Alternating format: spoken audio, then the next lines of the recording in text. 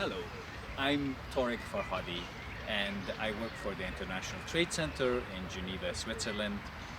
We are making this short video to talk about how we can help our trade attaché colleagues throughout the world to attract investment to their country. In this case, we are going to take Sri Lanka as an example, and we are going to work on a business-to-business meeting for Sri Lanka in 6 months from now. So we are going to talk about what we need to do.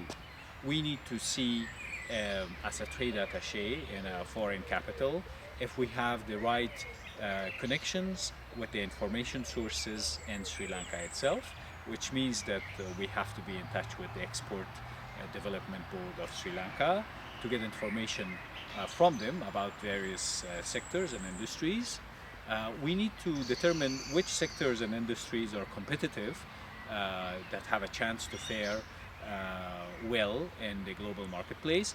We need to know what is the strategy of the Sri Lankan government in promoting certain industries for international trade and investment.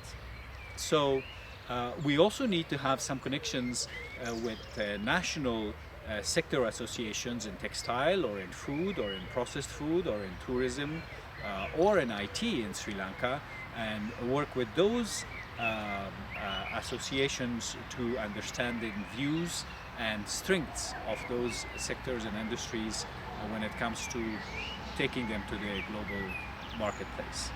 Then imagine that you're in Tokyo as a trade attaché, and the natural connection would be to see if there are some tire maker companies in Japan that could use Sri Lankan rubber. This is an example. But if you wanted to do that, then you need to know pretty well the rubber sector in Sri Lanka, and you need to know pretty well the people who buy rubber in Japan to make tires, and where they buy from their rubber. Do they buy it from Malaysia? Do they buy it from Sri Lanka, from other companies? And how Sri Lanka can stack up as a competitive provider of rubber to the Japanese tire sector. So in order to do that, you have to make inroads into the associations in Japan that deal with rubber and provide these products, and you need to know the strength of the Sri Lankan rubber sector.